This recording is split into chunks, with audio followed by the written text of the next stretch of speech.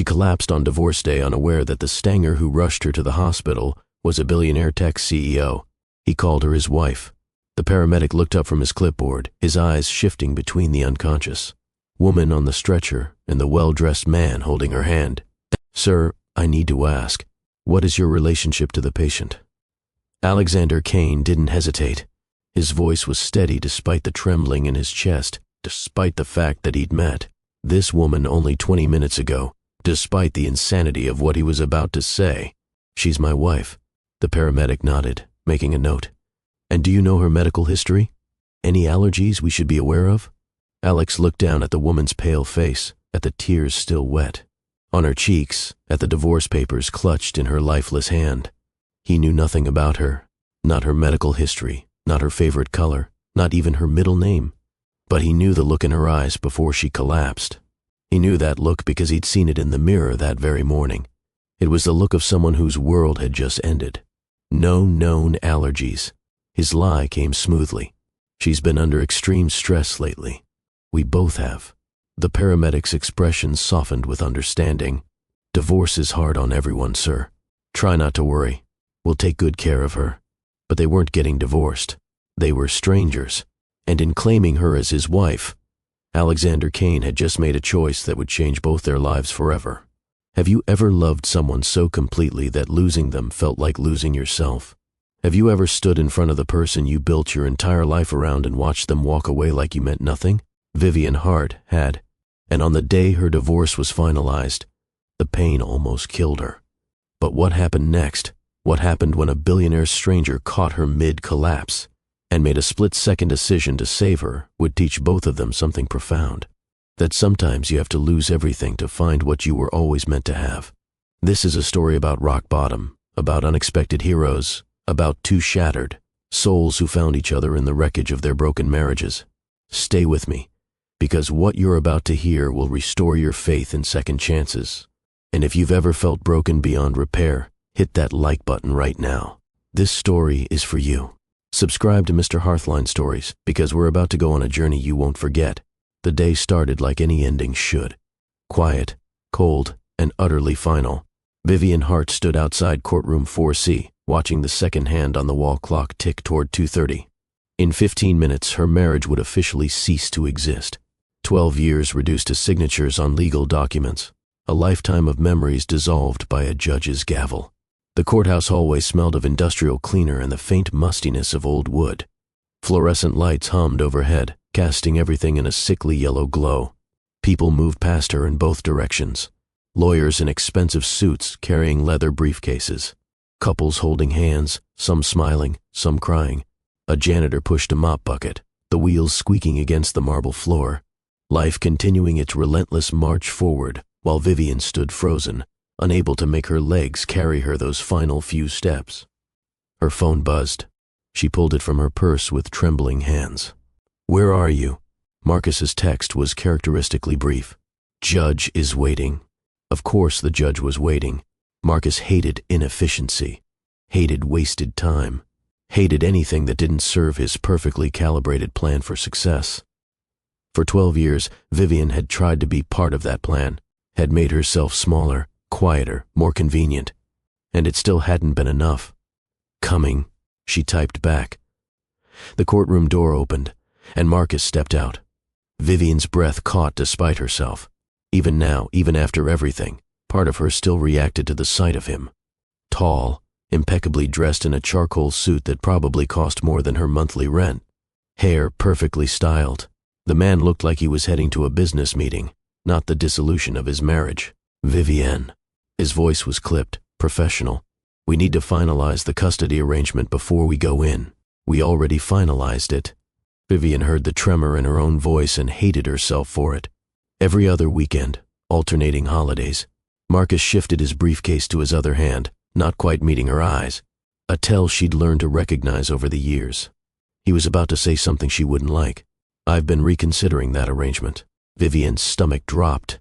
"What do you mean, reconsidering?" "My schedule is demanding. You know that." He straightened his tie, still not looking at her. "And Isla is only 6, young enough that she needs stability, routine. Things I can't consistently provide right now." The words took a moment to penetrate through the fog of Vivian's anxiety. When they did, they hit like a physical blow. "You're backing out of custody." Her voice came out flat, emotionless. Not a question, a statement. "I'm being realistic." Marcus finally looked at her, and his eyes were cold, detached, like she was a problematic employee he was letting go. "You're the baker with flexible hours. I'm trying to make partner at the firm. This arrangement makes more sense for everyone involved." For everyone involved. As if their 6-year-old daughter was a business asset to be allocated for maximum efficiency. "You're abandoning her." The realization settled in Vivian's chest like a stone. "You don't just want to leave me. You want to leave both of us. Don't be dramatic." But he had the grace to look away again. "I'm not abandoning anyone. I'm just being practical about my limitations." "Your limitations." Vivian felt something crack inside her. Something that had been holding together by sheer force of will. "Marcus, she's your daughter, and she'll still be my daughter." He checked his watch, impatient now. "I'll visit when I can. Send money for her needs. But primary custody should be with you. It's better this way." "Better for who?" "For everyone." He paused, and when he spoke again, his voice was carefully neutral. "Catherine agrees." Catherine. The name landed like a slap. Catherine Morrison, 24 years old, Marcus's assistant. Pretty, ambitious, completely unencumbered by things like marriage vows or basic human decency. The woman Marcus had been sleeping with for the past 8 months, while Vivian baked herself into exhaustion trying to keep their family afloat. "Catherine has opinions on how to raise my daughter." Vivian heard her voice rising and couldn't stop it. "The woman you cheated on me with thinks she gets a say in Isla's life. She's not just my assistant anymore." Marcus's jaw tightened. "We're together. Officially. And yes, we discuss our future, which includes how we allocate our time and resources." Allocate our time and resources. He was talking about their child like she was a quarterly budget item. "I begged you." The words tore out of Vivian's throat. "Do you remember, Marcus? Do you remember me on my knees in our kitchen, begging you not to leave? Begging you to go to counseling, to try, to remember what we had?" "Vivian, don't. I told you I'd change. That I'd be better, do better, be whatever you needed. And you looked at me like I was pathetic. Because you were being pathetic." The words came out sharp, cruel. Then Marcus seemed to catch himself, softening slightly. "Look, I'm sorry. That came out wrong. But Viv, we were done long before that night. We both know it. I didn't know it." Tears were streaming down Vivian's face now, hot and unstoppable. "I loved you. I built my entire life around loving you. And that was the problem." Marcus shifted his briefcase again, glancing toward the courtroom door. "You made me your whole world. It was suffocating. I needed someone who understood ambition, who had her own drive. Someone who made me feel alive instead of obligated." The casual cruelty of it stole Vivian's breath. This man had promised to love her forever, had stood in front of their families and friends and made vows. And now he was explaining why she'd never been enough, like he was giving a performance review. "Catherine is waiting downstairs." Marcus checked his watch again. "Can we please just get this over with? Get this over with." The end of their marriage was an inconvenience on his schedule. "Fine." Vivian's voice came out hollow. "Let's get it over with." The courtroom was smaller than she'd expected. Just the judge, their lawyers, a court reporter, and a few people waiting for their own hearings. Marcus sat on one side of the table, Vivian on the other, like opposing counsel instead of two people who'd once loved each other enough to promise forever. The proceedings were mechanical, procedural. The judge, an older man with kind eyes that had probably witnessed countless heartbreaks, reviewed the documents with practiced efficiency. "This is a petition for dissolution of marriage between Marcus Andrew Langston and Vivian Marie Hart." The judge looked up. "Have you both reviewed the terms of the agreement?" "Yes, Your Honor." Marcus's voice was steady. "Yes." Vivian could barely whisper. "And there are no disputes regarding asset division, custody arrangements, or any other matters?" "The custody arrangement has been revised." Marcus's lawyer, a sharp-eyed woman named Patricia Huang, slid a document across the table. "Mr. Langston is agreeable to Mrs. Hart having primary physical custody with visitation rights for the father." Visitation rights. Like Marcus was a distant relative instead of Isla's father. "Mrs. Hart, do you accept these terms?" The judge looked at Vivian with something like sympathy. She should fight. should demand that Marcus be the father Isla deserved, should scream that this wasn't fair, wasn't right, wasn't what their daughter needed. But she was so tired, so utterly exhausted from months of fighting to save a marriage that Marcus had already abandoned. Yes, the word came out broken. I accept. Very well. The judge made notes on his copy of the agreement. Do either party wish to make a statement before I finalize this dissolution? Vivian looked at Marcus, really looked at him, tried to find the man she'd fallen in love with in a bookstore 13 years ago, the man who'd smiled at her over coffee and made her feel like she was the most interesting person in the world, the man who'd proposed on a beach at sunset and promised to choose her every day for the rest of his life. That man was gone, if he'd ever really existed at all. No statement, Your Honor, Marcus said. The judge looked at Vivian. Mrs. Hart? She opened her mouth, closed it. What was there to say? That her heart was shattered? That she didn't know who she was without Marcus? That she was terrified of raising Isla alone, of rebuilding from nothing, of surviving this devastation? No statement.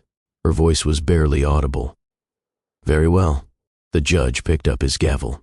By the power vested in me by the state of Washington, I hereby grant this dissolution of marriage. As of this moment, you are no longer husband and wife. You are free to remarry. The gavel came down with a sharp crack that echoed in Vivian's chest like a gunshot. It was done. 12 years. Erased. Marcus stood immediately, already pulling out his phone. His lawyer gathered the documents with brisk efficiency. Vivian sat frozen, unable to process what had just happened, unable to comprehend that the life she'd known was simply over. Vivian, Marcus paused at the door. For what it's worth, I do hope you find happiness. You deserve that. The casual kindness was worse than cruelty would have been. Like he was wishing her well after a job interview, like she hadn't given him everything she had. Then he was gone, walking out of the courtroom, out of her life, toward Catherine, who was undoubtedly waiting downstairs in her designer clothes and uncomplicated future. Mrs. Hart, her lawyer, an older man named Robert Chen, touched her shoulder gently. Do you need a moment? I need. Vivian tried to finish the sentence but couldn't. What did she need? Air, space, a time machine, a different life, a version of herself that hadn't just been discarded like she was worthless. Take your time, Robert said kindly. There's no rush. But there was a rush, because if Vivian sat in this courtroom any longer, she was going to shatter completely. She gathered her purse, her copy of the divorce decree, her trembling composure, and stood on shaking legs. Thank you for everything, she managed to say to Robert. I'm sorry it ended this way. He said it like he meant it. If you need anything, please call. Vivian nodded, not trusting herself to speak again. She walked out of the courtroom on autopilot. Left foot, right foot, keep breathing. Don't fall apart in public. Save the breakdown for later, for the privacy of her tiny apartment where Isla was with Rachel and wouldn't see her mother's world ending. The courthouse hallway was crowded now. Mid-afternoon rush. Vivian wove through the people, clutching the divorce papers to her chest. She needed to get outside, needed air that didn't smell like the death of her marriage, needed to be anywhere but here. She'd almost made it to the exit when she saw him. Marcus stood near the main doors, talking to someone. No, not someone, Catherine.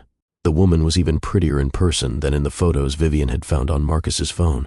Blonde, petite, glowing with the confidence of someone who'd won. She had her hand on Marcus's arm, laughing at something he'd said. And Marcus was smiling, actually smiling, the way he used to smile at Vivian before she became an obligation. Catherine rose on her toes and kissed Marcus's cheek. He turned, capturing her lips properly. A real kiss, tender and possessive and completely unbothered by the fact that his ex-wife might see, that his marriage had been legally dissolved for all of 10 minutes and he was already claiming his new life. Vivian's chest constricted, the hallway tilted. The divorce had been abstract until this moment. Papers and legal proceedings and a judge's gavel. But this, watching Marcus kiss another woman with the same casualness he used to kiss her, this made it real. She couldn't breathe. The air had turned thick, viscous. She tried to inhale and got nothing. Tried again. Black spots danced across her vision. The courthouse walls were closing in, the ceiling dropping, the floor rising up to meet her. Somewhere distant, she heard her own voice gasping, felt her knees buckle. felt the divorce papers slip from her hands, fluttering to the marble floor like the remnants of broken promises. I can't. The words came out strangled.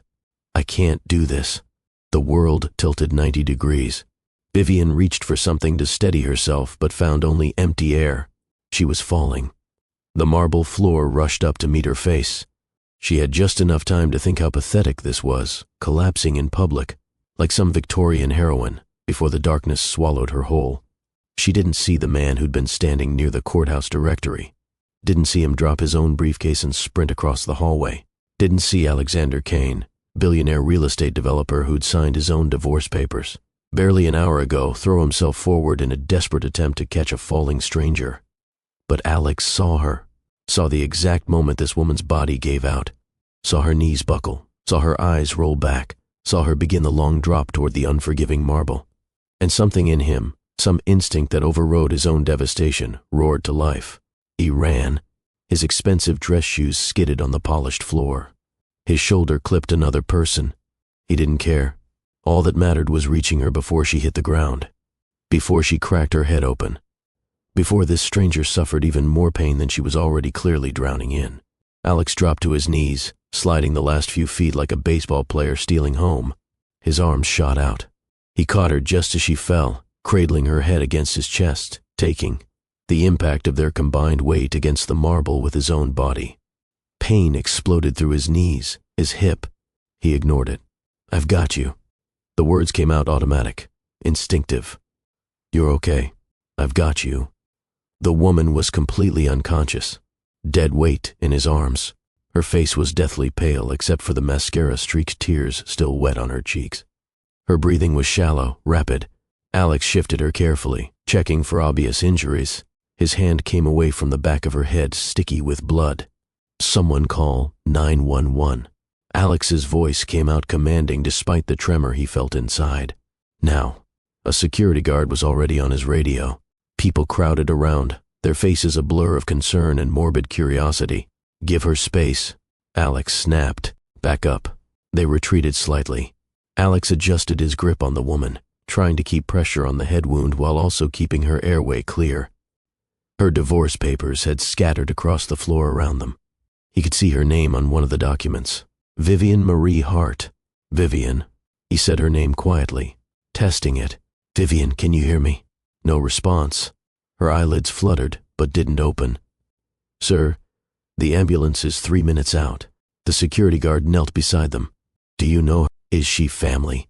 Alex looked at this stranger in his arms.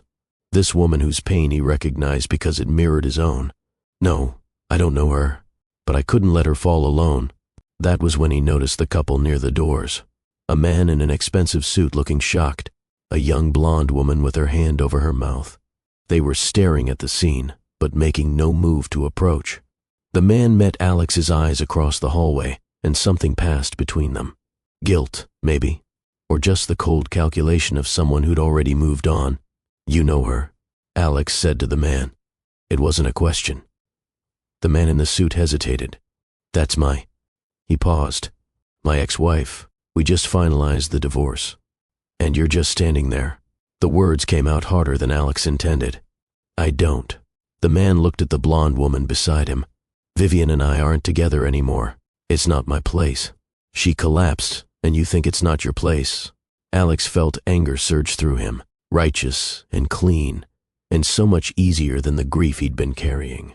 She's the mother of your child. He saw the hit land, saw the man flinch, but before the bastard could respond, the paramedics arrived with a stretcher and equipment and urgent questions. Sir, can you tell us what happened? The lead paramedic, a woman with kind eyes and efficient movements, knelt beside them. She collapsed, Alex said, hit her head on the way down. She's been unconscious for about 3 minutes. Breathing is shallow but steady. Do you know her medical history? The paramedic was already checking Vivian's pulse, her pupils. Any conditions we should know about? Alex opened his mouth to say no, to explain that she was a stranger, but then he looked at the ex-husband still standing by the doors, unwilling to step forward, unwilling to claim responsibility for the devastation he'd clearly caused. And Alex made a choice. She's my wife.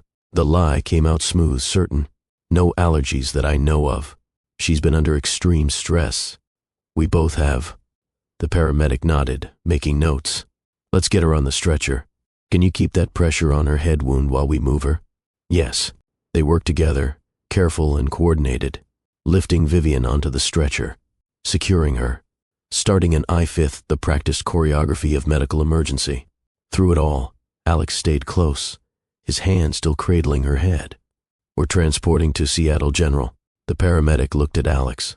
You riding with us? He should say no. Should step back, let these professionals handle it, return to his own shattered life, his own empty penthouse, his own grief that he'd been drowning in all day. Instead, he heard himself say yes. They loaded Vivian into the ambulance. Alex climbed in after her, settling on the bench beside the stretcher. The paramedic closed the doors. Through the small window, Alex saw the ex-husband still standing with his girlfriend, watching them leave. The man raised one hand, a gesture that might have been farewell, or guilt, or simple acknowledgement. Alex turned away, focused on Vivian's pale face. What's her name? The paramedic asked, securing equipment. Vivian, Alex said quietly. Her name is Vivian. Vivian, I'm Sarah. You're in an ambulance. We're taking care of you. The paramedic spoke in that calm, soothing tone they must teach in medical school. Can you hear me, Vivian? Still no response. The ambulance swayed as they pulled into traffic. Sirens wailed. Alex watched the monitors tracking Vivian's vitals. Pulse elevated. Blood pressure low. He didn't know what the numbers meant, but they looked concerning. Tell me about the stress you mentioned. Sarah was taking notes. What's been going on? Alex looked at Vivian's left hand, the pale band of skin where a wedding ring used to be. The divorce papers he'd seen scattered on the courthouse floor. We're going through some difficult transitions, he said carefully. Major life changes. And her mental state recently? Any indication of self-harm or suicidal ideation? No. Alex said it firmly, then paused. At least I don't think so. We've been. He searched for words that wouldn't reveal the lie. Dealing with things separately, not communicating as well as we should. Sarah nodded sympathetically. Divorce is hard on everyone, even when it's the right choice. Is it ever the right choice? The question slipped out before Alex could stop it. Sarah looked up from her notes, her expression softening. Sometimes, when staying together would hurt more than leaving, when you've both grown into different people who can't share the same path anymore. She glanced at Vivian. But it always hurts, even when it's right. Alex thought about Elena, his wife, ex-wife. He corrected himself bitterly. The brilliant surgeon who'd looked at him this morning and said, I need someone who understands purpose beyond profit, Alex. You've built an empire but lost your soul. She'd been right. He knew she'd been right. But it didn't make the pain any less devastating. The ambulance pulled into the hospital bay. Chaos erupted. Doors flying open. Sarah and her partner wheeling Vivian out. Doctors and nurses swarming with questions and equipment. Alex followed, trying to stay out of the way while also staying close. They pushed through double doors into the emergency department.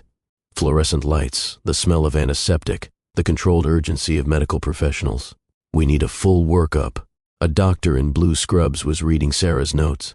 Head CT, blood panel, EKG. Get me your medical records. I'm pulling them now. A nurse was already at a computer terminal. What's the patient's name and date of birth? Vivian Hart, Sarah said.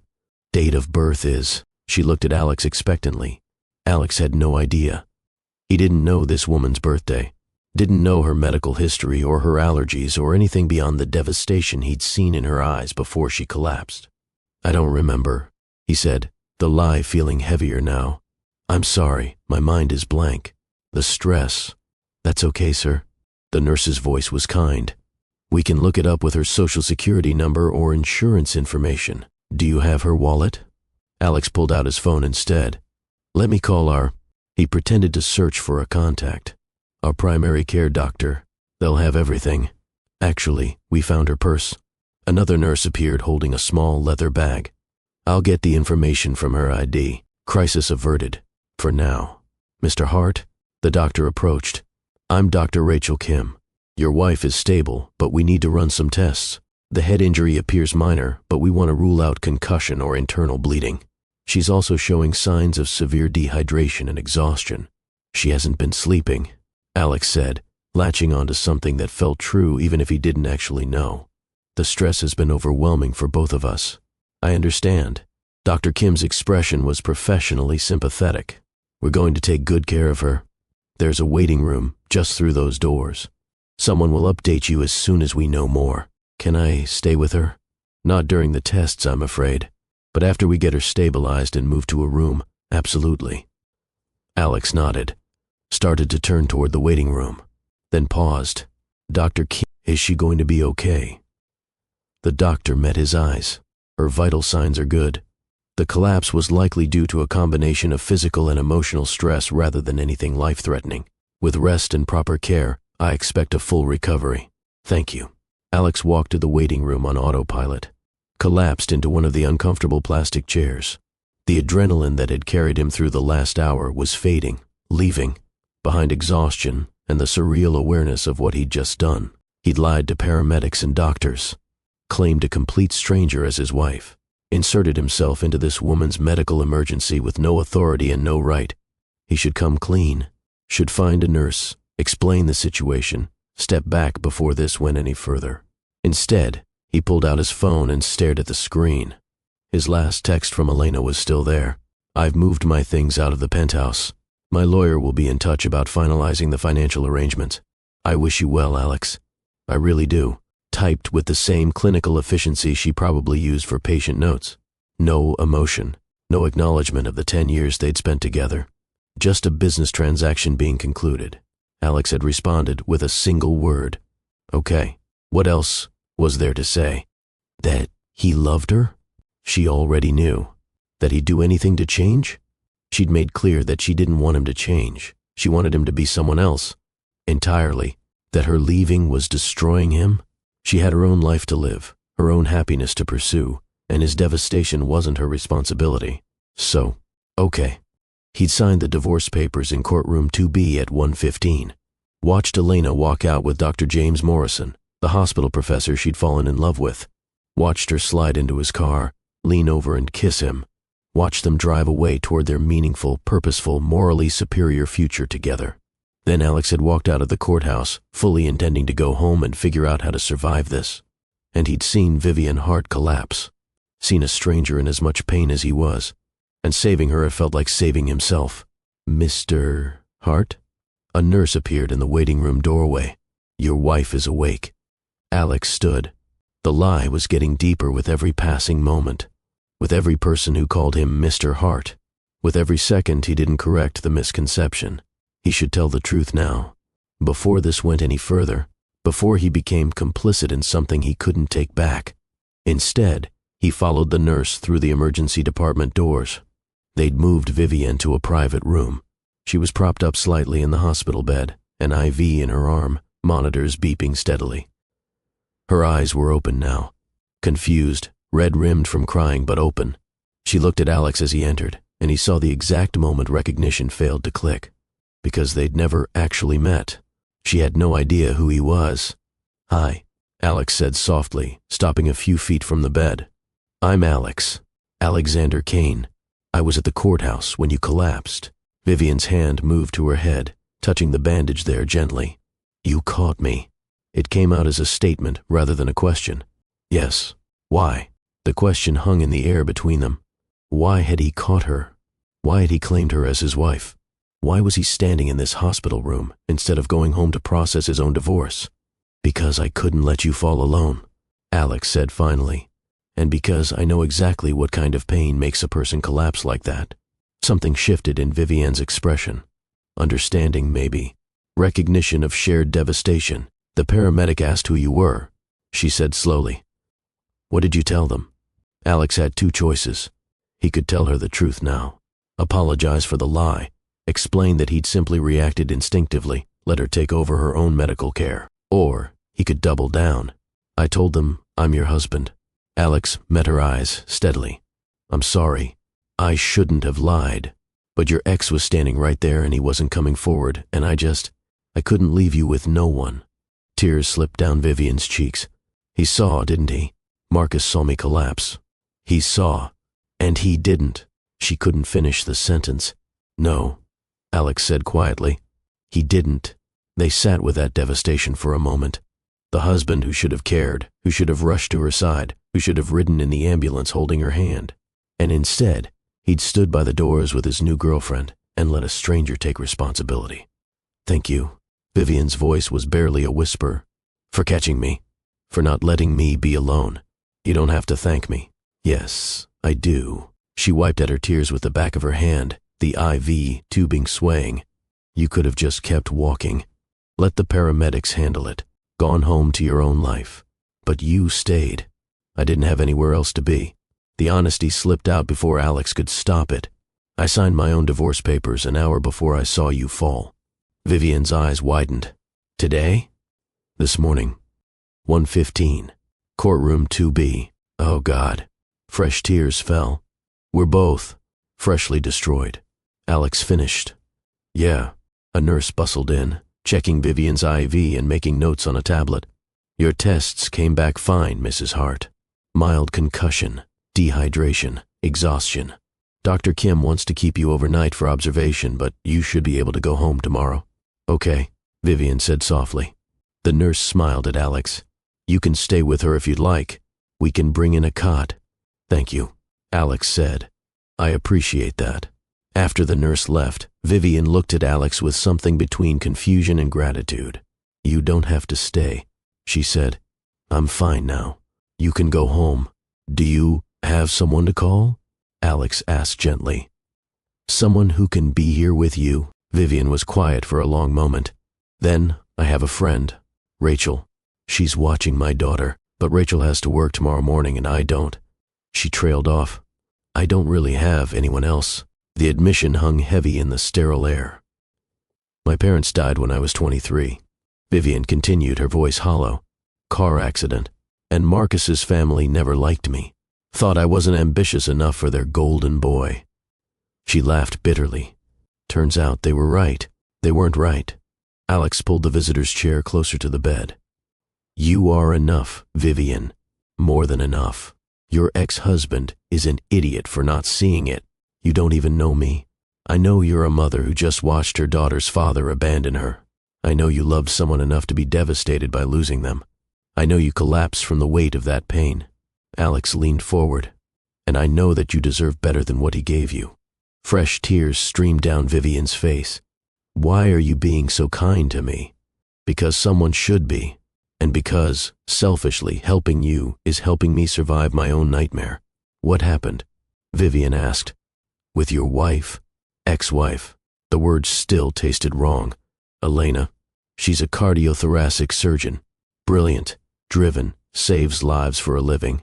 Alex stared at his hands. "And I'm a real estate developer who builds luxury condos for rich people." She said I'd lost my soul chasing money. That she needed someone who understood purpose beyond profit. "Did you love her?" "Desperately." The word came out raw. "I would have done anything to keep her. Changed everything about myself. But she didn't want me to change.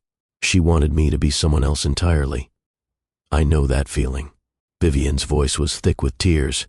"Marcus said I made myself too small, that I needed to be more ambitious. But when I was ambitious, when I built my bakery into something successful, he resented that too. Said I was trying to compete with him. You couldn't win. Neither of us could." She met Alex's eyes. "Because the problem wasn't what we did or didn't do. The problem was that they'd already decided we weren't enough. The truth of it settled between them. Two people who twisted themselves into knots trying to be worthy of love that was never really there. I begged her," Alex admitted quietly. "Elena. I begged her to stay. Told her I'd work less, focus more on meaning, volunteer, donate, whatever she needed. And she looked at me with pity and said no. I begged Marcus too." Vivian's voice broke. "Got on my knees in our kitchen and begged him not to leave. Told him I'd change, be better, do anything. And he said, that's why this is so hard. Like my love was a burden." They sat in shared devastation, two strangers who understood each other more in this moment than their spouses had in years of marriage. "What do we do now?" Vivian whispered. "How do we survive this?" "One breath at a time, I guess." Alex said, 1 hour, 1 day. Just keep breathing until breathing becomes living again." "Does it? Become living again?" "I don't know, honestly. But maybe we can figure it out together. Vivian looked at him with red-rimmed eyes. You really want to help me? A complete stranger? You're not a stranger anymore, Alex said simply. We're two people who lost everything on the same day. That's a bond. A terrible bond, but a bond nonetheless. Vivian was quiet for a long moment. Then, the doctor said I can leave tomorrow. But I don't. My apartment is full of memories of Marcus. Everything there reminds me of the life we had. I don't know if I can go back there yet. Then don't. The words came out before Alex had fully thought them through. Come stay with me, just until you're back on your feet. Alex, that's insane. We don't even know each other. I have a penthouse with 3 guest rooms. More space than I know what to do with. Alex met her eyes. And right now, rattling around in that empty space alone sounds unbearable. So maybe we help each other. Maybe we're 2 shattered people who don't have to face the wreckage alone. Why would you do this?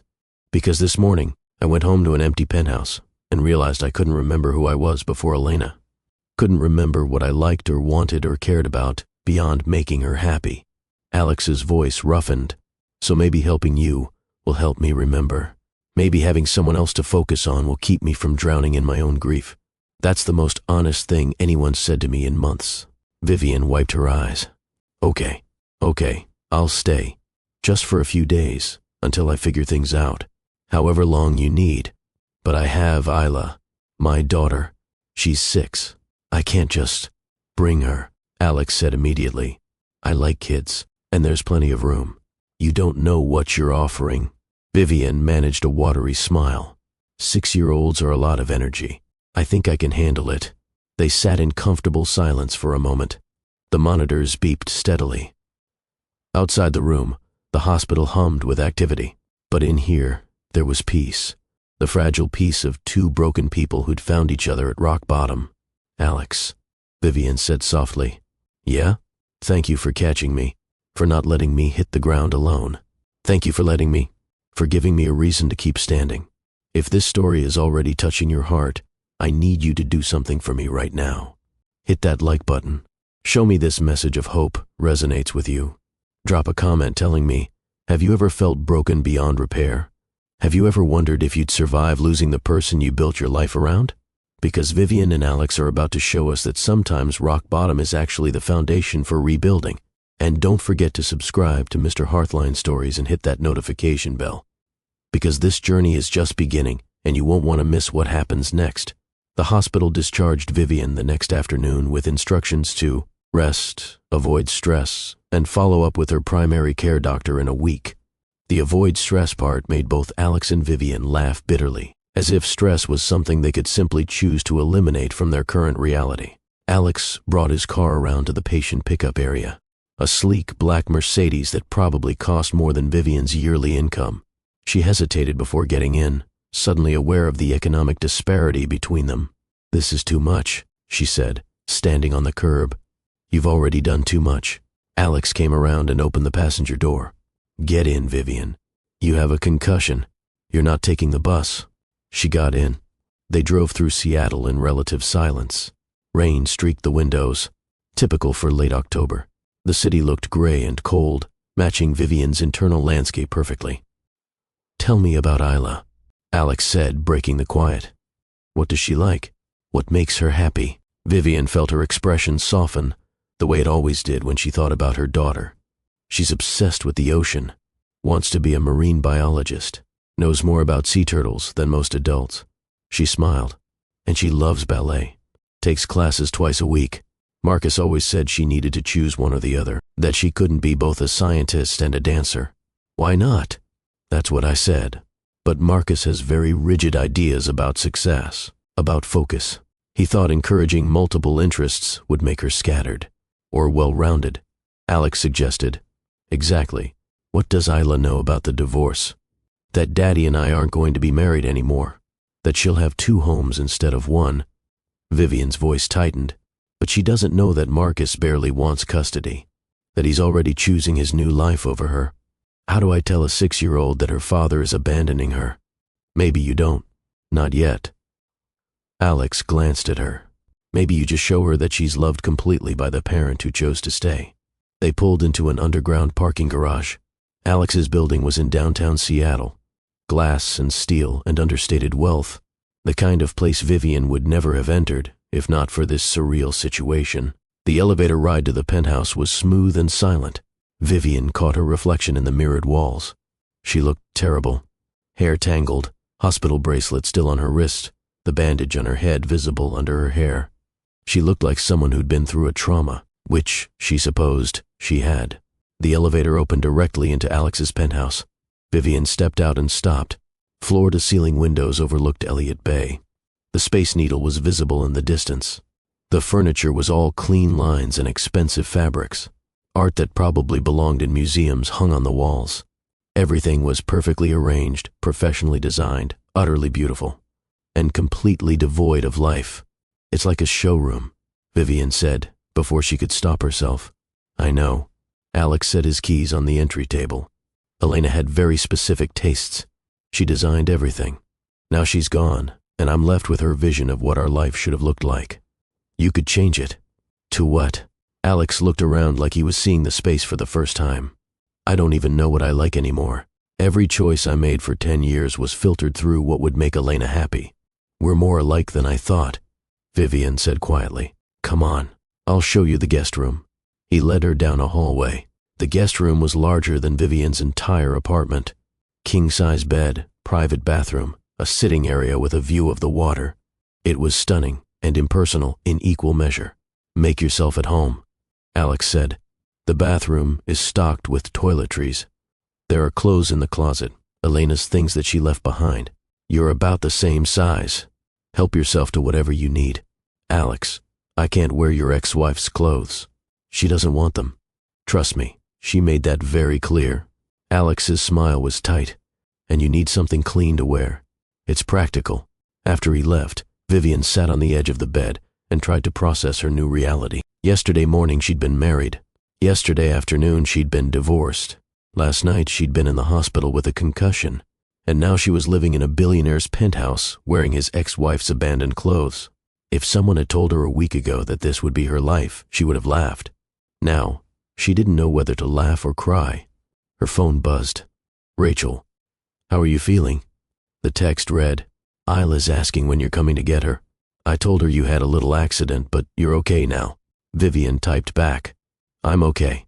Long story, but I'm staying with a friend for a few days. Can you bring Isla to this address?"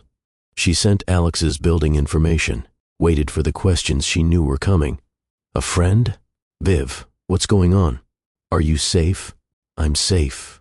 I promise. I'll explain everything when you get here." 30 minutes later, there was a knock on the door. Alex answered it. Vivian heard Rachel's voice, tight with protective concern. "Who are you?" "Alexander Kane." "You must be Rachel. Please, come in." "Where's Vivian?" "I'm not leaving Isla until I see her." "I'm here." Vivian emerged from the guest room, and then she heard the sweetest sound in the world. "Mama!" Isla came running.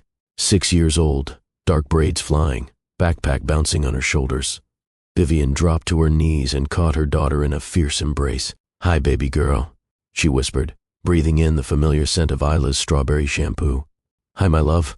Rachel said you got hurt." Isla pulled back, her brown eyes, Marcus's eyes, wide with worry. "Are you okay?" "I'm okay now." Vivian smoothed her daughter's hair back. "I just needed to see you." Isla's gaze drifted past her mother to Alex standing in the doorway. "Who's that?" "That's Mr. Kane," Vivian said carefully. "He helped Mama when she wasn't feeling well. We're going to stay with him for a little while, just until Mama feels better." "Like a sleepover?" Isla's face brightened. "Exactly like that." Alex knelt down to Isla's level, his expression gentle. "You can call me Alex, and I have a very important question for you." Isla tilted her head, curious. "Do you like hot chocolate?"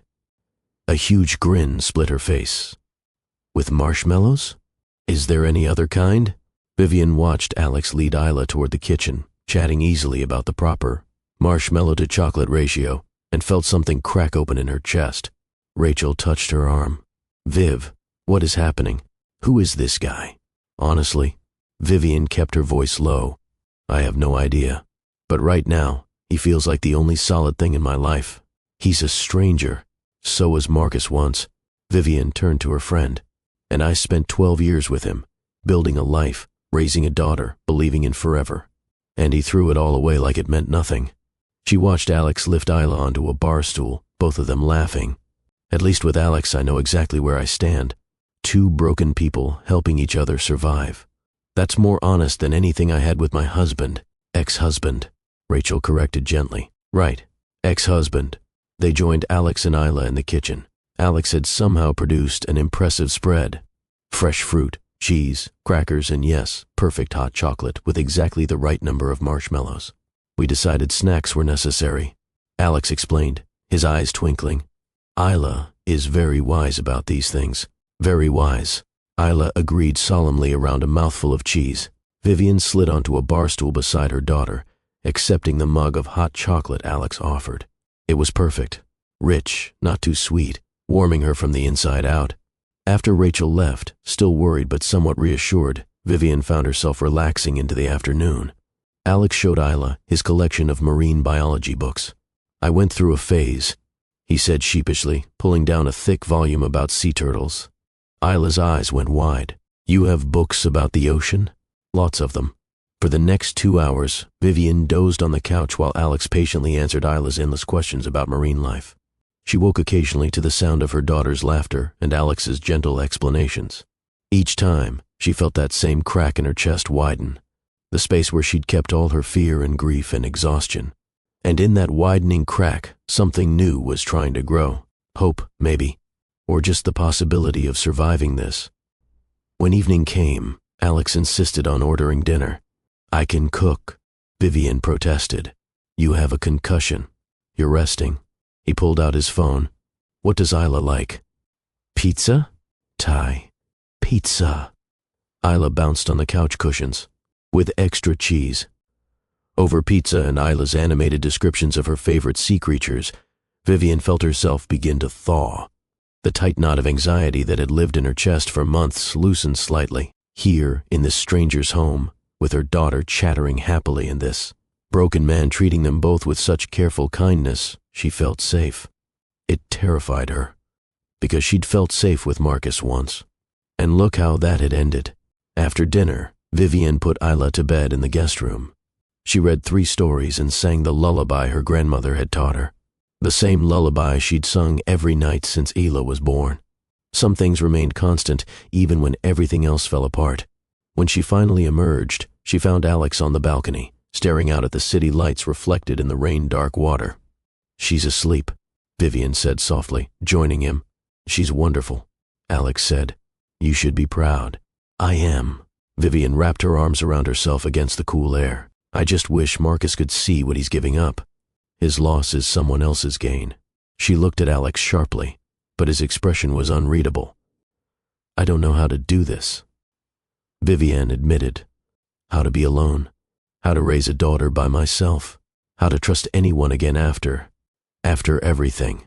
You don't have to know. Alex turned to face her fully. You just have to survive, one day at a time, 1 hour at a time if necessary. Is that what you're doing? Every minute. His smile was sad, and on the really bad days, every breath. They stood in the rain-washed night, 2 people who had lost everything, and Vivian felt the first fragile thread of connection weave between them. Not romantic, not yet. Just the recognition of shared pain and the possibility of shared healing. Thank you, she whispered, for catching me when I fell. Thank you for letting me, Alex replied, for letting me be useful again. Neither of them knew it yet, but standing there on that balcony they had already begun the slow, painful, beautiful work of building something new from the ashes of what they'd lost. And in the morning, when Isla woke them both far too early, demanding pancakes and another marine biology book, they would take the next step together, one day at a time, one breath at a time, until breathing became living again. 3 days turned into a week turned into 2. Vivian kept telling herself it was temporary, just until she found a new place, just until she processed the divorce, just until she was strong enough to face the world alone. But temporary was starting to feel dangerously permanent. Alex gave them space but was always present, making breakfast before heading to work, returning for dinner, helping Isla with homework at the massive dining table that had probably never been used for anything so domestic before. He never pushed, never demanded anything, just existed alongside them, with a quiet constancy that Vivian had never experienced with Marcus. It was the little things that undid her. The way Alex learned without being told that Vivian took her tea with honey and lemon. The way he started keeping strawberry yogurt in the fridge because Isla loved it. The way he'd leave sticky notes with terrible jokes on the bathroom mirror to make them smile. The way he seemed to understand that healing wasn't linear, that some days Vivian could barely get out of bed, and other days she felt almost normal. On the hard days, he'd simply appear with tea and his quiet presence, never offering empty platitudes, never telling her it would get better, just sitting with her in the grief until she could breathe again. Marcus never sat with her in anything. Marcus had solutions and strategies and impatience for emotions that couldn't be scheduled and managed. One morning, Vivian woke to the smell of something burning. She rushed to the kitchen to find Alex staring at a pan of charred eggs like they were a puzzle he couldn't solve. "What are you doing?" she asked, trying not to laugh. "Attempting scrambled eggs."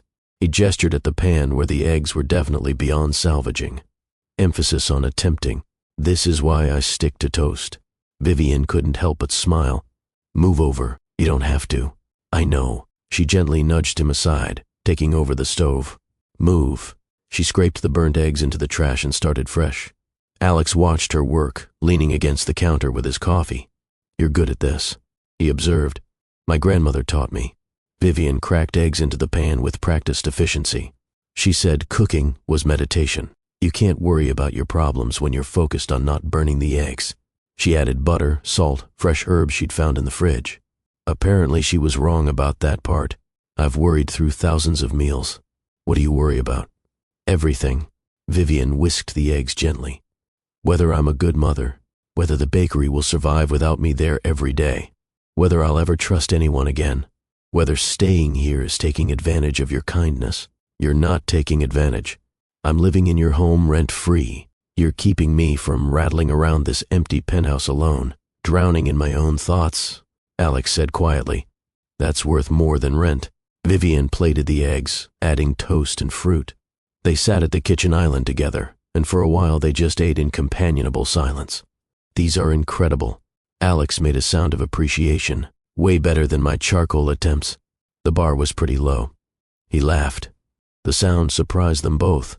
When had they last laughed? When had joy been something other than a memory? After breakfast, Alex cleared his throat. "I was thinking of taking a walk. The rain stopped for once. Want to join me? Fresh air is supposed to be good for healing concussions." Vivian hesitated. The idea of existing beyond the penthouse felt overwhelming. But Alex's expression was hopeful without being pushy, and something about that made her nod. "Okay, just for a little while." Isla was still asleep, exhausted from staying up late reading about dolphins. They left a note and slipped out quietly. The building had a private garden on the roof. Vivian hadn't even known it existed. Stone pathways wound through beds of late-blooming roses, past a small fountain under trellises covered in climbing vines. The city spread out around them, but up here it felt removed, peaceful. "Elena designed this garden," Alex said quietly as they walked. "Spent hours planning every detail. Now it's just here, growing without her." "Do you hate it?" Vivian asked. "Because it reminds you of her? I thought I would." Alex touched a rose bloom gently. "But they're still beautiful, even if she's gone. Maybe that's the lesson. Beautiful things don't stop being beautiful just because the person who created them walked away." Vivian thought about that, about the life growing inside her chest, the fragile shoots of hope she was afraid to acknowledge, created with the ashes of her marriage but somehow still worth nurturing. "You think that applies to everything?" she asked. "I think it has to." Alex looked at her. "Otherwise, how do we survive? Your daughter is going to grow up beautiful and strong, Vivian, even if Marcus is too blind to see it. Even if he walks away completely, that doesn't change her worth." Tears pricked Vivian's eyes. "I haven't told him yet about how little he wants to be involved. Every time Isla asks when she'll see Daddy again, I make excuses. But eventually she's going to realize he's choosing not to be there. Then you'll help her understand that his choices don't define her value." Alex's voice was firm. "You'll show her what real love looks like. Consistent, present, choosing her every single day. What if I'm not enough?" "You are." He said it with such certainty that Vivian almost believed him. They continued walking. Alex told her about the garden, about how he'd bought this building thinking he'd fill it with family, about dreams that felt foolish now but had seemed so real at the time. Vivian told him about her childhood, about her grandmother who'd immigrated from Lyon with nothing but recipes and determination, about dreams she'd abandoned when she married Marcus. "What did you want to be?" Alex asked. Before him, a teacher. Vivian smiled sadly. "I wanted to work with kids, help them love reading the way my grandmother helped me love cooking. But Marcus thought it was impractical, said teachers didn't make enough money, that I should focus on supporting his career instead. And you listened to him." "I loved him." Vivian's voice was quiet. "I thought love meant sacrifice. Turned out I was just making myself smaller to fit into his life." "You're not small, Vivian." Alex stopped walking, turning to face her. "You're just compressed, like a spring waiting to expand again." The metaphor was odd, but somehow perfect. Vivian looked at this man who barely knew her but somehow saw her more clearly than Marcus ever had. "You're different from what I expected," she said. "What did you expect?" "I don't know. Someone smoother, more put together." "You're kind of a mess." "I'm a complete mess," he agreed cheerfully. "But I'm a well-intentioned mess." They walked until Vivienne grew tired, then headed back to the penthouse. As they approached the door, she impulsively reached out and squeezed his hand. "Thank you for the walk, for everything." Alex squeezed back. "Thank you for not burning the eggs." That night, Vivian had another nightmare about Marcus. She woke gasping, tears streaming down her face, the ghost of his cold dismissal haunting her. She was drowning in the memory of begging him to stay, of the pity in his eyes, of the casual cruelty of him explaining why she'd never been enough. Before she could spiral completely into the darkness, there was a soft knock on her door. "Vivian?" Alex's voice was gentle. "You okay?" She considered lying, saying she was fine, but she was so tired of pretending. "No." Her voice cracked. Alex entered carrying 2 mugs of tea. He set one on her nightstand and settled into the chair near the window. He didn't ask what was wrong, didn't offer empty platitudes, just sat there in the darkness, a steady presence. "Tell me about your mom," Vivian said finally. She needed to think about anything other than her own pain. Alex's face softened. She was amazing. Strong, funny, always knew exactly what to say to make things better. "After my dad died in the accident, he was driving when they got hit by a drunk driver. She held our family together, even though she was shattered inside." "How did she die?" "Heart gave out a few years later. The doctor said it was a medical condition, but I think she died of a broken heart." Alex's voice roughened. "She loved my dad so much. Losing him broke something in her that never healed. I'm sorry." "Me too." He sipped his tea. "But she taught me something important before she died. She said that love, real love, doesn't destroy you. It makes you bigger, stronger, more yourself. If you're getting smaller, if you're losing pieces of who you are, that's not love. That's something else." Vivian absorbed his words. "Marcus made me small. Elena made me small too. I twisted myself into knots, trying to be what she wanted, until I didn't recognize myself anymore." Alex looked at her. "We gave our love to people who didn't know how to hold it. That's their failure, not ours. Then why does it hurt so much? Because we loved anyway, even when they didn't deserve it." He finished his tea. "But just because we loved the wrong people doesn't mean we loved wrong. It means we're capable of the kind of love that someone else will be grateful for someday." "You really believe that?" "I have to. Otherwise, what's the point of surviving this?" They sat in comfortable silence until Vivienne felt her eyelids growing heavy. Alex stood to leave, but she stopped him. "Will you stay?" she asked. "Just until I fall asleep. I don't want to be alone with my thoughts." "Of course." Alex settled back into the chair. Vivian closed her eyes. His presence was an anchor, keeping her from drifting into the dark waters of her grief. As sleep claimed her, she heard him humming softly, an old lullaby his mother had sung to him. The melody wrapped around her like safety. This became their pattern. Nightmares would wake her, and Alex would appear with tea and presents. Some nights they talked. Some nights they sat in silence. But she was never alone. During the days, they coexisted with increasing ease. Alex began working from home more often, setting up an office in one of the spare rooms. Vivian started venturing into other parts of the penthouse, slowly claiming space, making the sterile showroom feel more like a home. One afternoon, she found him in a storage room surrounded by painting supplies. "What are you doing?" she asked, trying to remember how to do this. He gestured at a blank canvas propped on an easel. "I used to paint before Elena told me it was a waste of time. Figured it was time to reclaim old hobbies. Can I watch?" "Only if you don't judge."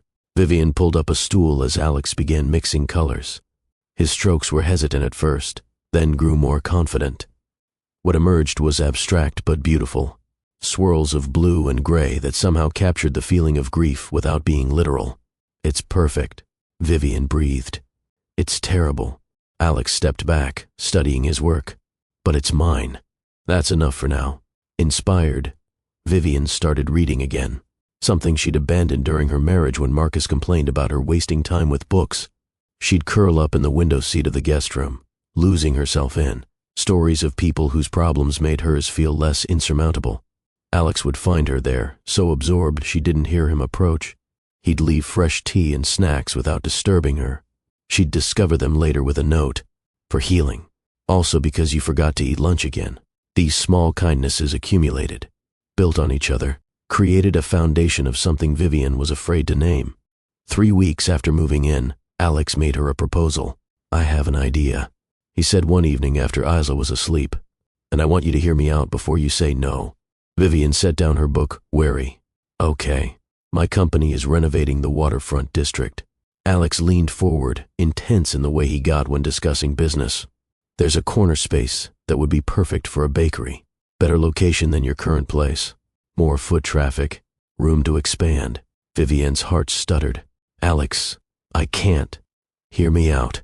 He held up a hand. "I'm not offering charity. This is business. You create incredible pastries. I tried those eclairs you made yesterday and nearly wept. The building needs an anchor tenant. You need a fresh start. We negotiate a fair lease. You build your business. Everyone wins. Why would you do this? Because you deserve it. Simple, matter of fact. Because your ex-husband made you feel small, and I want to help you remember you're extraordinary. You barely know me. I know you're a single mother rebuilding her life with grace and strength. I know you make your daughter laugh every day, even when you're heartbroken. I know you create art with flour and sugar, and people should experience that art." He paused. "And I know that helping you helps me feel human again." The honesty undid her completely. "Okay," Vivian whispered. "Okay, let's do it." They toured the space the next week. Isla came too, racing through the empty storefront imagining where everything would go. Vivian could see it. Gleaming cases full of pastries, small tables by the windows, the smell of butter and sugar filling the air. Her grandmother's dream finally realized. Not because Marcus allowed it, but because she chose it. "Mama, this is perfect." Isla spun in circles. "Can we have cupcakes shaped like fish?" "We can have whatever you want, baby girl." Alex watched them with an expression Vivian couldn't quite read.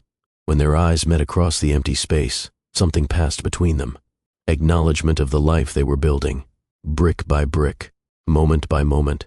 Over the next few weeks, Vivian threw herself into planning, designing the layout, sourcing equipment, creating a menu that honored her grandmother's recipes while adding her own innovations. Alex helped with permits and contractors and all the bureaucratic nightmares that came with opening a business, but he never took over, never made her feel like this was his project. He facilitated and stepped back, trusted her vision. It was intoxicating, being trusted, being seen as competent, being treated like a partner instead of a supporting character in someone else's story. One evening, Vivian was sketching logo ideas at the dining table when Isla wandered over. "Mama, can I ask you something?" "Of course, baby." Isla climbed into her lap, her small face serious. "Are we going to live here forever?" Vivian's heart clenched. "I don't know, sweetheart." "Why?" "Because I like it here." Isla played with the hem of her shirt. "Alex is nice. He reads me stories and doesn't tell me I have to choose between science and dancing. And you smile more." "Do I?" "Yeah. You smile like you used to. Before." Isla trailed off. "Before the divorce. Before Marcus left. Before their world fell apart. Is it okay if I like it here?" Ela asked in a small voice. "Even though Daddy isn't here?" "Oh, baby." Vivian hugged her daughter tight. "It's absolutely okay. You're allowed to be happy. You're allowed to like the people who are kind to you, even if it makes Daddy sad. Your happiness is not responsible for Daddy's feelings." Vivian pulled back so she could look Isla in the eyes. "You understand that? Whatever Daddy feels about our life now, that's his choice. Your job is to be a kid, to love science and dancing, to eat too much ice cream and laugh at silly jokes. Let the adults worry about the complicated stuff. Okay." Isla hugged her again. "I love you, Mama. I love you too, baby girl. More than all the stars." After Isla went to bed, Vivian found Alex in his usual spot on the balcony. The Seattle skyline glittered in the distance. Elliott Bay reflected the city lights like scattered diamonds. She asked if we're staying forever. Vivian said, joining him at the railing. "What did you tell her?" "That I don't know." Vivian wrapped her arms around herself. "Alex, I need to start looking for a place. We can't impose on you indefinitely. You're not imposing. We've been here almost a month. And," Alex turned to face her, "has it been terrible? Have you been miserable?" "No. The opposite, actually. That's the problem. Why is being happy a problem?" "Because," Vivian struggled to articulate the fear, "because I got comfortable with Marcus too. I built my whole world around him. And when he left, I had nothing. No identity, no foundation, just emptiness." She met Alex's eyes. "I can't do that again. Can't make another person my whole world."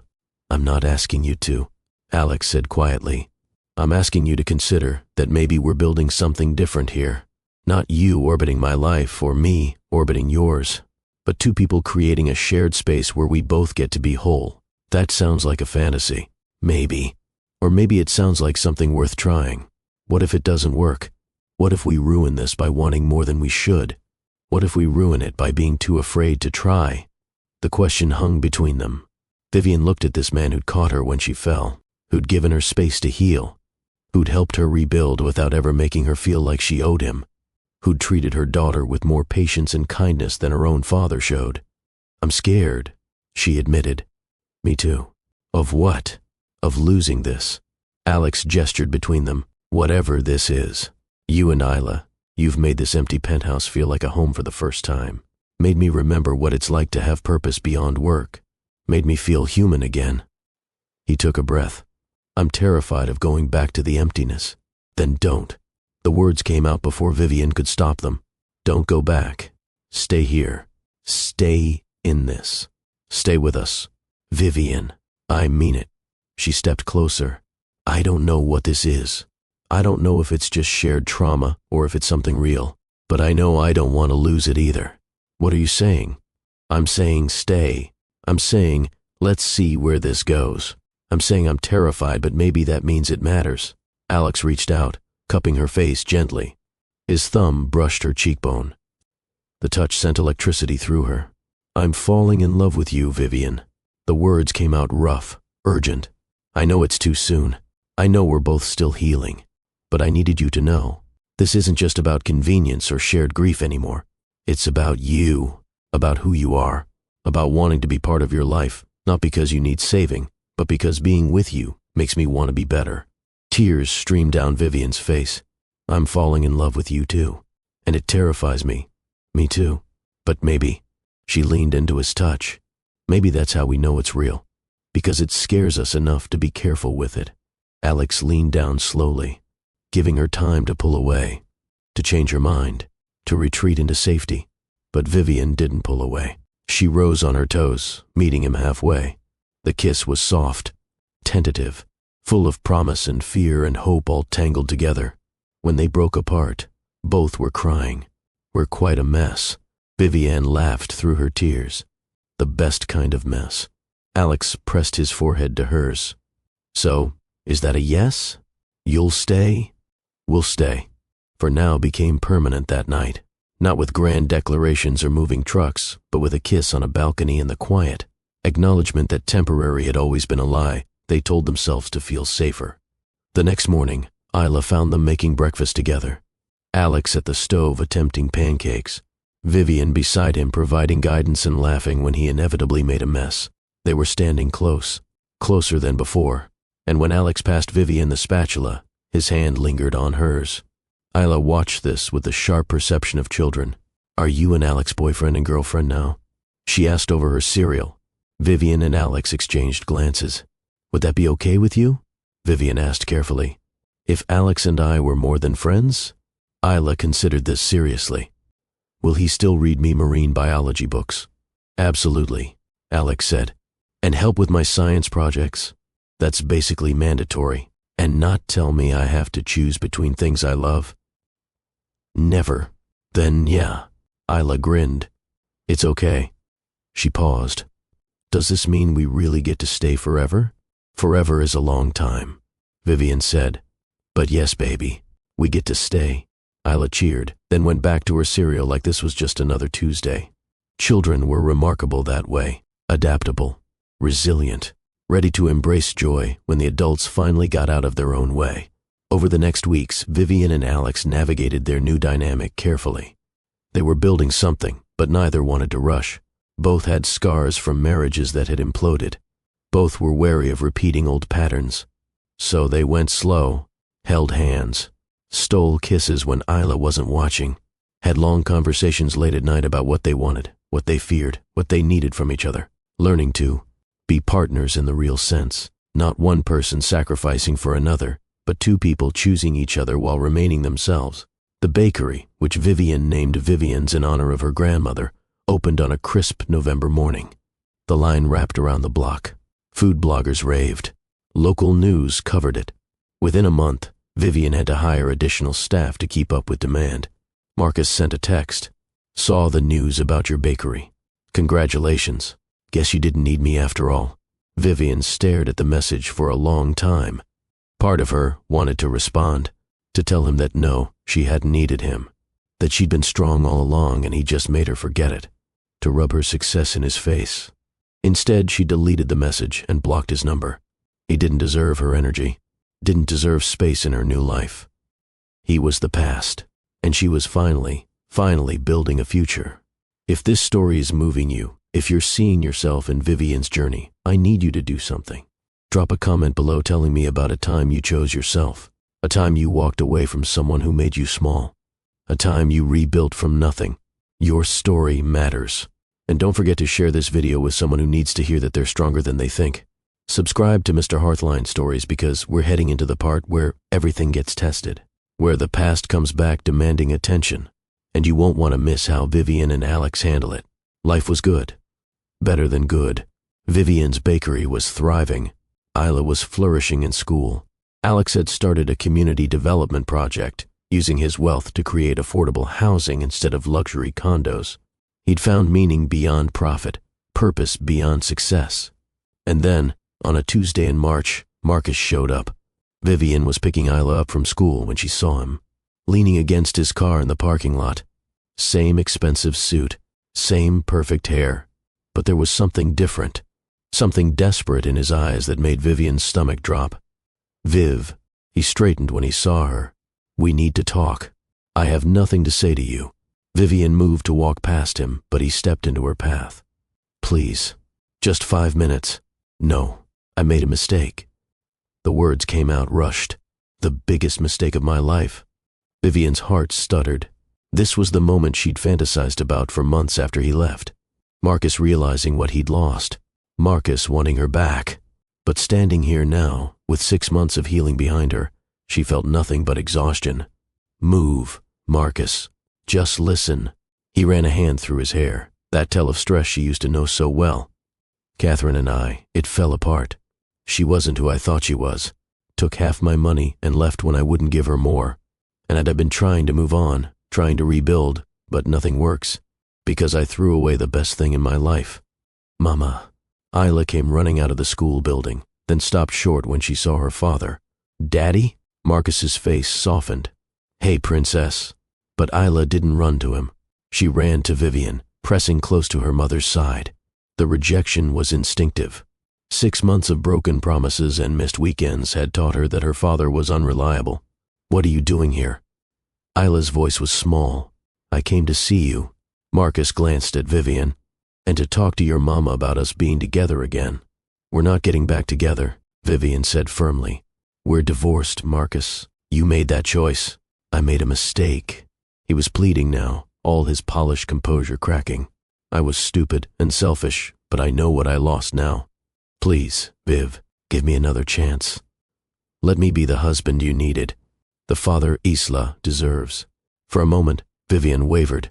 This was her family, the father of her child, the man she'd built a life with. Shouldn't she at least consider it? For Isla's sake? Then she thought of Alex, his steady presence, his quiet kindness, the way he looked at her like she was worth treasuring, the way he treated Isla like she mattered without needing to be asked. No. Vivian's voice was quiet but certain. You don't get to break us and then decide you want us back when it's convenient. We're not your backup plan. I'm not asking to be. You walked away from your daughter, Marcus. Vivian felt anger surge. You looked at that beautiful little girl and decided your ambition mattered more. Whatever you're feeling right now, regret or loneliness or fear, it's not love. It's just you realizing you made a bad trade. That's not fair. Life isn't fair. You taught me that. Vivian took Isla's hand. Don't contact us again, unless it's about formal custody arrangements. We're done. She walked away with her head high, Isla's small hand tight in hers, and didn't look back. In the car, Isla was quiet for a long time. Then, are you sad, Mama? No, baby. I'm not sad. Daddy said he wants us back. I know.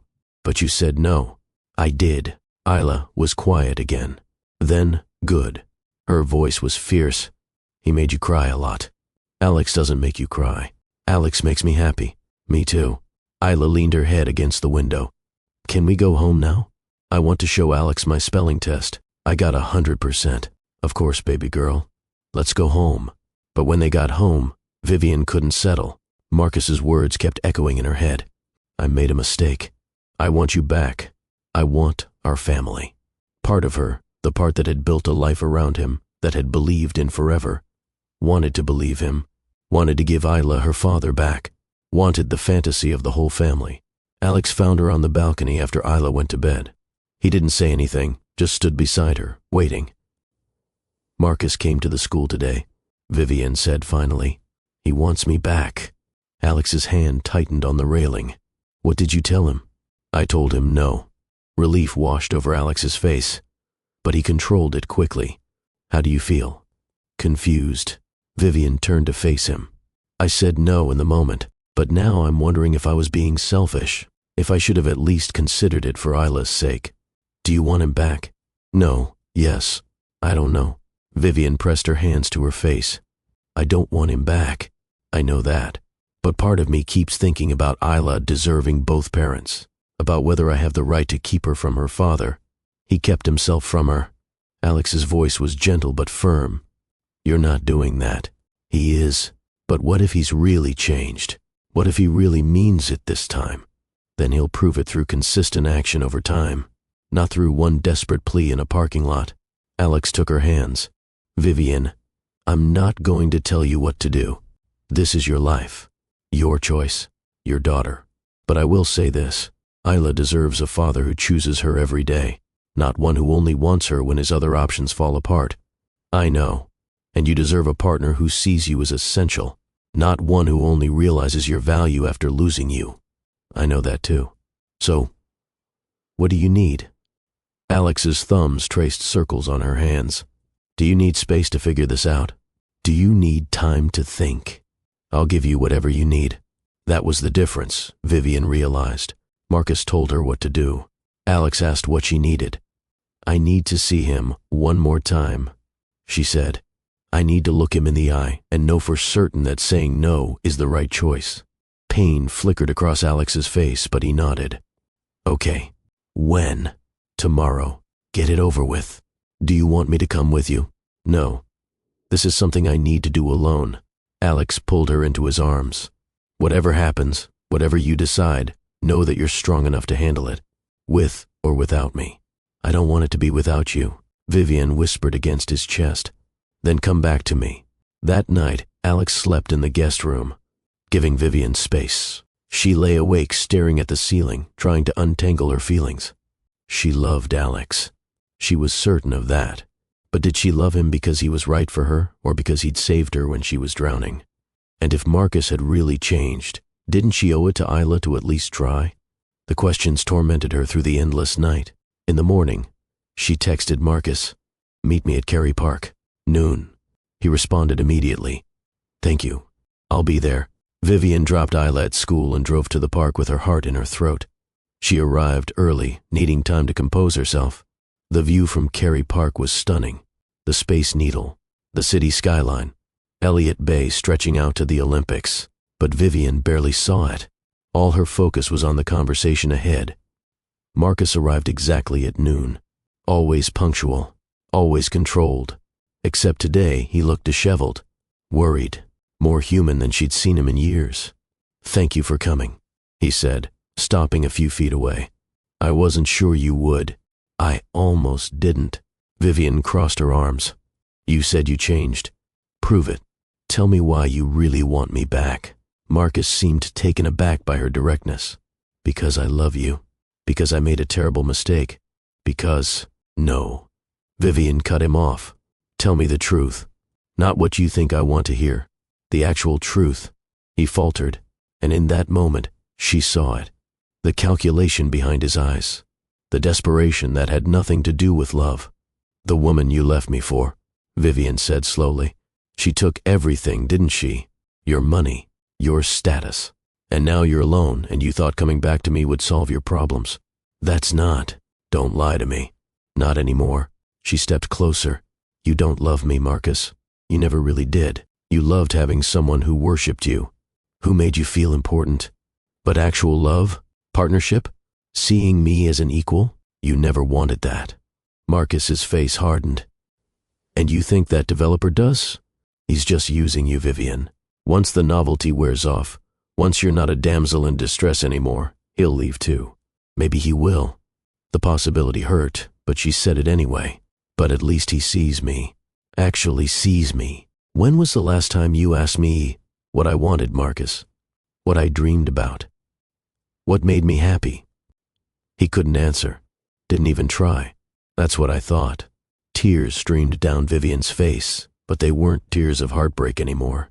They were tears of clarity. "I spent 12 years making myself smaller for you, giving up my dreams, pretending to be whoever you needed me to be. And it was never enough because you didn't want a partner. You wanted an audience. And what about Isla?" Marcus's voice turned cold. "You're going to keep my daughter from me because your feelings are hurt? I'm not keeping her from you." Vivian's voice was steel. "You are. You barely wanted custody. You've missed every scheduled weekend for 6 months. You told me yourself that being a father was too demanding for your schedule. Don't you dare act like I'm the one keeping you away. I made mistakes, but I'm here now, ready to be a father, ready to be a husband, ready to make this right. You're desperate. There's a difference." Vivian turned to walk away, but Marcus grabbed her arm. "You can't do this." His grip tightened. "I won't let you. Let me go, Marcus. I'll fight you in court. I'll get custody. I'll destroy everything you've built with him." Vivian looked at his hand on her arm, then into his eyes, and she saw what she'd been blind to for so long. He was small, petty, desperate. Not the man she'd built up in her mind, but just another broken person trying to fill his own emptiness by taking from others. "Do it." She pulled her arm free. "Take me to court. Fight for custody. Do whatever you think you need to do.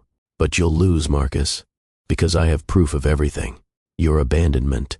Your signed consent to minimal custody. Your own words admitting you didn't want the responsibility. So go ahead and try. Spend whatever money you have left on lawyers. It won't change the truth." "What truth?" "The truth that you're not capable of the kind of love Isla needs. Or that I deserve." She stepped back. "Goodbye, Marcus. I hope you figure out what you're really looking for. But it's not me, and it's not my daughter." She walked away while he stood there, stunned. With each step she felt lighter. The ghost of who she'd been, the woman who begged and pleaded and made herself small, died there in Kerry Park. In her place stood someone new, someone stronger, someone who finally knew her worth. Vivian drove straight to Alex's office. Didn't call ahead, just showed up. His assistant tried to stop her, but Vivian walked past. She found Alex at his desk, staring at architectural plans but clearly not seeing them. He looked up when she entered, and the hope and fear in his eyes nearly broke her. "It's over," she said. "Really, truly over." What happened? I saw him clearly for the first time, saw what he really wanted. And it wasn't me, or Isla. It was just his own ego. She crossed to his desk. He threatened to fight us in court. To make our lives difficult. Michael tensed. What did you say? I told him to try. That we have proof of everything. That he'd lose. She reached for his hand. Was I wrong? Can he actually fight the custody arrangement? My lawyer says no. The custody agreement is final. His minimal involvement is documented. He has no legal standing. Alex's voice softened. You're safe, Vivian. Both of you are safe. I'm sorry. The words burst out of her. I'm so sorry for doubting us. For even considering. For making you sleep in the guest room. Stop. Alex pulled her around the desk, into his arms. You needed to be sure. I understand that. And I'd rather you be sure now than wonder forever. I am sure. She pulled back to look at him. I choose you, Alex. Not because Marcus doesn't want me, but because I want you. Because what we have is real. Because you see me and love me anyway. I love you because of who you are, not in spite of it. Vivian kissed him, poured everything she felt into it. When they broke apart, Alex was smiling. So, no more guest room? No more guest room? No more doubts? Well, Vivian managed a shaky laugh. I'm human.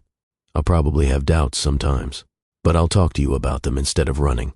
That's all I ask. They stood in his office, holding each other, and Vivian felt peace settle in her chest. This was right. This was real. This was worth fighting for. That evening, they sat Isla down together. Baby girl. Vivian took her daughter's hands. I need to tell you something about Daddy. Isla's face became wary. Is he going away again? Yeah, sweetheart. He is. And this time, it's for good. To Vivian's surprise, Isla didn't cry. She just nodded, like she'd been expecting this. That's okay, Isla said simply. I have Alex now. He's better at being a dad anyway. Alex's eyes filled with tears. Can I? He cleared his throat. Can I hug you, Isla? Isla launched herself at him. Alex caught her, holding her tight. And Vivian watched this man who owed them nothing fall completely in love with her daughter. Can I call you Dad? Isla asked, muffled against Alex's chest. Alex looked at Vivian. She nodded, crying openly now. I would be honored, Alex said. So honored, Isla. They sat on the couch, the three of them, tangled together. A family. Not the family Vivian had planned, but the family she'd built from the ashes of her broken dreams. And it was more than she'd ever hoped for. 6 months later, on a perfect September evening, Alex proposed. Not on the balcony where they'd first kissed, but in the garden on the roof. The same garden Elena had designed but that now belonged to their story. Isla was there, holding the ring box and barely containing her excitement. Alex knelt on the stone pathway surrounded by roses. Vivian Hart. He took her hands. I know we've both been through hell. I know we're both still healing. But these months with you have been the happiest of my life. You've taught me that broken hearts can love again. That endings can become beginnings. That the right person doesn't make you smaller. They help you become who you were always meant to be. He pulled out the ring. Simple. Elegant. Chosen specifically for her. Let me love you the way you deserve. Not because you need saving, but because loving you makes me whole. Marry me. Build a life with me. Let me be Isla's father officially. Let me be your partner in everything. Vivian was crying too hard to speak at first. She nodded, then found her voice. Yes. She pulled him to his feet, laughing through her tears. Yes, I'll marry you. Isla cheered. Can I be the flower girl? You can be whatever you want, baby girl. They married 2 months later in that same garden. A small ceremony. Just people who mattered. Isla walked down the aisle first, scattering rose petals with solemn concentration. Then Vivian, wearing a simple cream dress and carrying her grandmother's recipe book instead of flowers. When they exchanged vows, neither spoke of forever. Forever was a promise people made and broke too easily. Instead, they promised truth, presence, choosing each other every day. Promises that felt real because they'd already been keeping them. I promise to see you, Alex said, his voice thick with emotion. Really see you, and to love everything I see. I promise to trust you, Vivian replied, to believe in what we're building, and to never make myself small again." The small crowd cheered when they kissed. Isla made a sound that was either approval or disgust. Either way, it made everyone laugh. At the reception in the penthouse that was finally a home, Vivian's phone buzzed. She glanced at it, expecting congratulations from a friend who couldn't make it. Instead, it was from an unknown number. "I saw the photos. You look happy. I'm glad." Below it, another message appeared. "I lost everything, Vivian. The house is gone. The money is gone. Catherine took it all and disappeared. I have nothing left. I made a mistake. The biggest mistake of my life was letting you go." Vivian stared at the messages, waiting to feel something. Vindication. Satisfaction. Pity. Instead, she felt only a distant sadness for the man Marcus had been and the life he'd wasted. She started to type her response, then stopped. What was there to say? She deleted the messages without responding and blocked the number. Marcus was her past. Alex and Isla were her present and future. He didn't deserve her energy, didn't deserve space in her new life. Alex appeared at her side, wrapping an arm around her waist. "You okay?" "Better than okay." She leaned into him. "I'm home." Across town, Marcus sat alone in a cramped apartment that smelled of mildew and regret.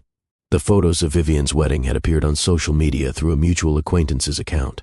She looked radiant, happy, complete. Everything he'd destroyed was now rebuilt without him. His phone sat silent. No one called anymore. His friends had disappeared when the money did. His family had given up on him after one too many broken promises. Even Catherine had vanished the moment his accounts emptied.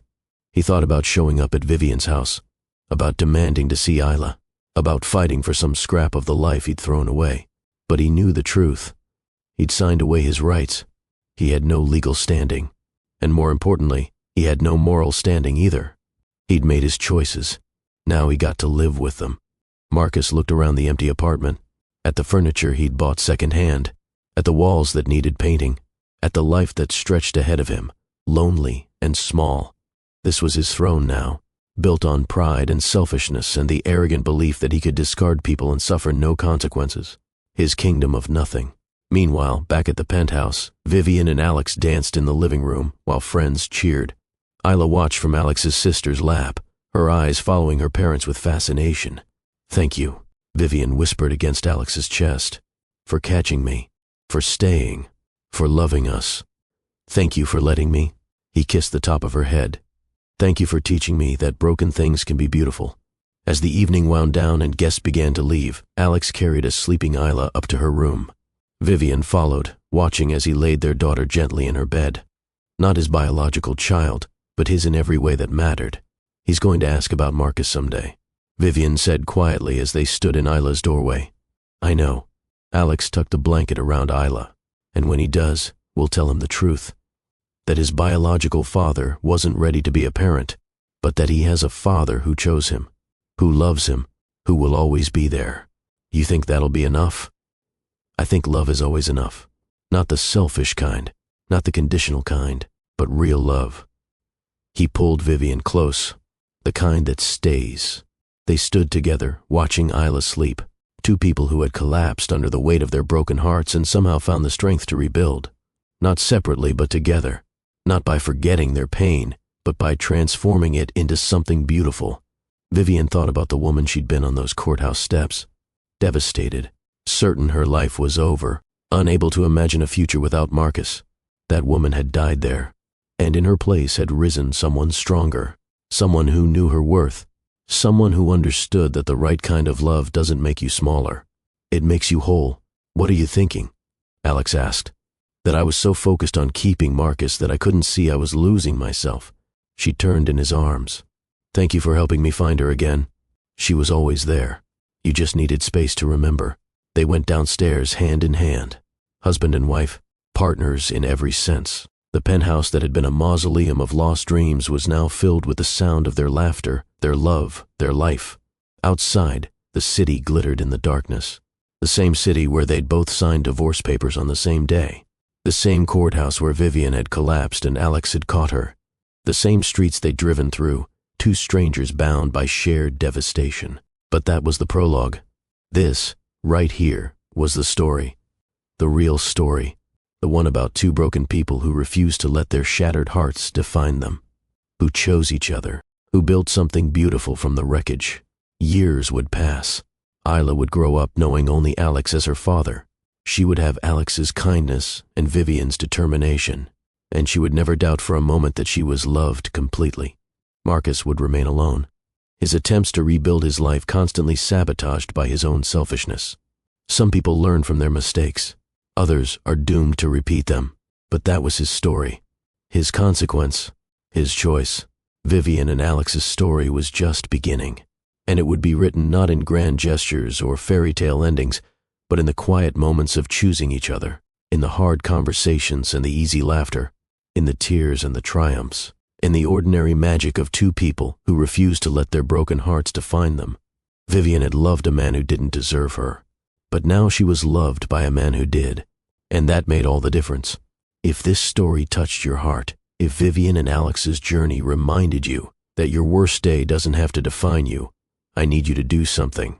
Hit that like button right now. Show me this message of hope and second chances resonated with you. Drop a comment telling me what lesson you're taking away from this story. Is it about knowing your worth?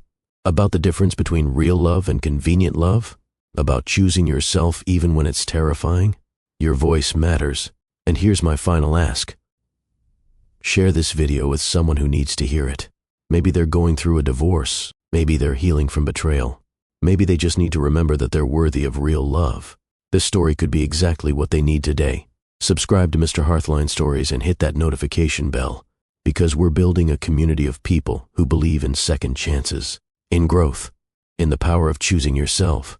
We tell stories that remind you that life can surprise you, that heartbreak doesn't have to be the end, that love can find you when you're not even looking. Remember this, the person who catches you when you fall doesn't have to be a billionaire. They just have to be someone who sees your worth when you've forgotten it yourself, someone who stays when things are hard, someone who chooses you every single day. Vivian Hart collapsed on courthouse steps, certain her life was over, but she was wrong. Her life was just beginning. Because sometimes you have to lose everything to find what you were always meant to have. Sometimes rock bottom is actually the foundation for rebuilding, and sometimes the stranger who catches you becomes the love that saves you. Thank you for being here. Thank you for listening to Vivian and Alex's story. Until next time, this is Mr. Hearthline, reminding you that your best chapter might be the one you haven't written yet. Your heart might be broken, but you're not broken. And the right person, the one who really sees you, is worth waiting for. Keep choosing yourself. Keep believing in possibility. Keep trusting that healing is real. Because you deserve a love that makes you bigger, not smaller. You deserve a partner who chooses you, not one who tolerates you. You deserve everything Vivian found and more. And it's out there, waiting for you. You just have to be brave enough to believe you're worthy of it. Until next time, stay strong, stay hopeful, and remember, you're exactly where you need to be.